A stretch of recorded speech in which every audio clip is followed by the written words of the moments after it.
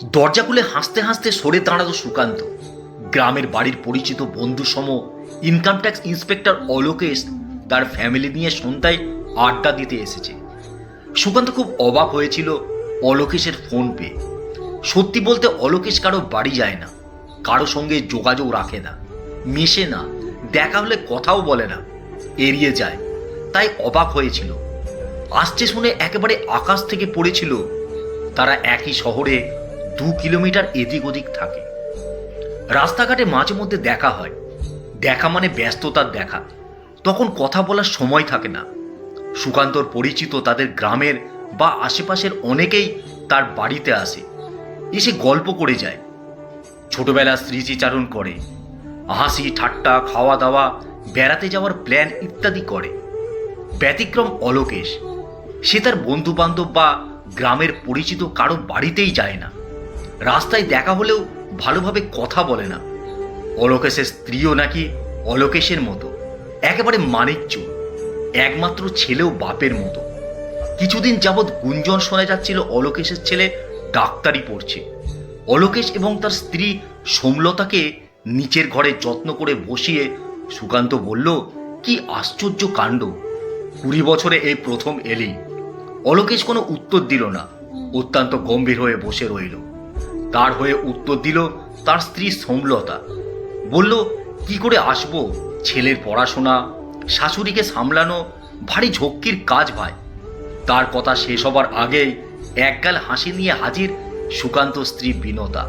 বিনতা ভারী চটপটা মেয়ে, দিলদরিয়া, লোকের সঙ্গে মিশতে পছন্দ করে, সে কারণে তার বাড়িতে লোক আসে প্রচুর।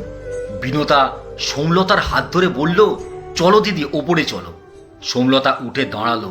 ঘরের চারদিক, রান্নাঘর, ডাইনিং, সিঁড়ির রেলিং খুঁটিয়ে খুঁটিয়ে দেখল।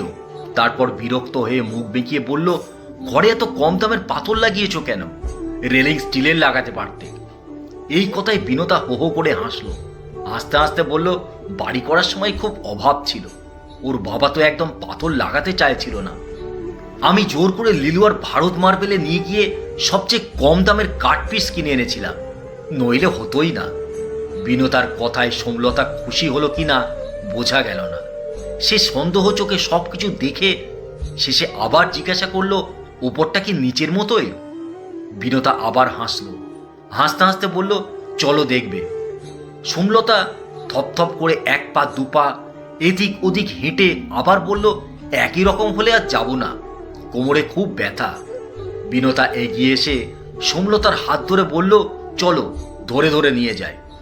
সোমলতা দ্রুত বিনতার হাত ছাড়িয়ে 2-3 বার আঁচলে মুছে বলল, না না থাক।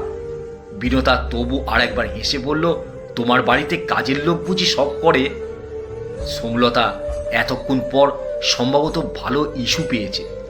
সে সামান্য একটু হেসে ঠোঁট উল্টে অত্যন্ত তাচ্ছিল্যের সঙ্গে বলল, শুধু শাশুড়ির দেখাশোনা করে 2 জন আয়া, রান্নার, ঘর মোছার, বাচ্চার দেখাশোনা করার জন্য আলাদা লোক আছে।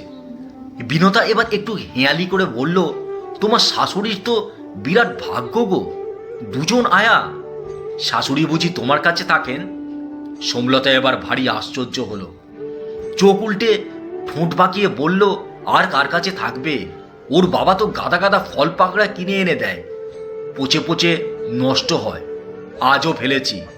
সোমলতা একটু থেমে আবার বলল, এখন গিয়ে দেখে এসো, দিব্যি ঠ্যাংয়ের ওপর ঠ্যাং তুলে সিরিয়াল দেখছে, ওনার জন্য আমরা তো টিভি দেখতেই পারি না। বিনতা এবারে একটু হাসলো। হাসতে হাসতে বলল, তোমার মতো ভালো বৌমা কজন আর জোটে বলো? আমার শাশুড়িকে দেখো, এখানে আসতেই চায় না, বলে সুকান্তর বাড়িতে ছ্যাপ ফেলার জায়গা নাই, বলেই হো হো করে আর একবার হাসলো। এ সময় অলোকেশ চেয়ার ছেড়ে উঠে এলো। স্ত্রীর সামনে এসে মাথা নিচু করে বলল, বাড়ি চলো, অনলাইনে আমার জরুরি মিটিং আছে। সুকান্ত দৌড়ে এসে বলল, সে কি রে, একটু কফি খেয়ে যা। অলোকেশ কোনো কথাই শুনল না, বউ নিয়ে তড়িঘড়ি বেরিয়ে গেল। যাবার সময় শুধু শুকনো হাসি হেসে বলে গেল, আবার আসব। বউ নিয়ে অলোকেশ বেরিয়ে যেতেই উপর থেকে দুমদাম পা ফেলে নেমে এলো সর্বক্ষণের কাজের মেয়ে বন্দনা। এই বন্দনা মেয়েটি অলোকেশদের একেবারে পাশের বাড়ির পড়শি। বন্দনা নিচে নেমে চিৎকার করতে শুরু করলো, বলল, বউটা কি মিথ্যুক গো বৌদি, কি ডাহা মিথ্যে কথা বলে গেল। ওই হারামিটা 2 বছর বাড়ি যায় না, মাকে টাকা পয়সা পাঠায় না, দুমুঠো ভাতের জন্য লোকের বাড়ি বাড়ি কাজ করে ওর মা। বিনতা তড়িঘড়ি এগিয়ে এসে বন্দনাকে বলল, চিৎকার করিস না বন্দনা, আমি সব জানি। গত সপ্তাহে তোর দাদা গিয়ে অলোকেশের মাকে টাকা পয়সা ওষুধপত্র কিনে দিয়ে এসেছে। গ্রাম থেকে আমার যা আমাকে ফোনে সব জানিয়েছে। তোর দাদাকে আমি জিজ্ঞাসা করলে আমাকেও মিথ্যে বলেছে কাউকে সে টাকা দেয়নি। দেখ বন্দনা, কেমন মিথ্যুক নিয়ে সংসার করি।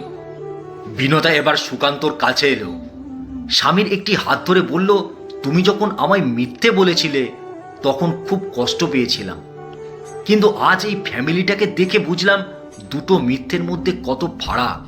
একটা মিথ্যে মানুষের জীবনটা ছাড়খাড় করে দেয়, আর একটি মিথ্যে মানুষকে বাঁচতে সাহায্য করে।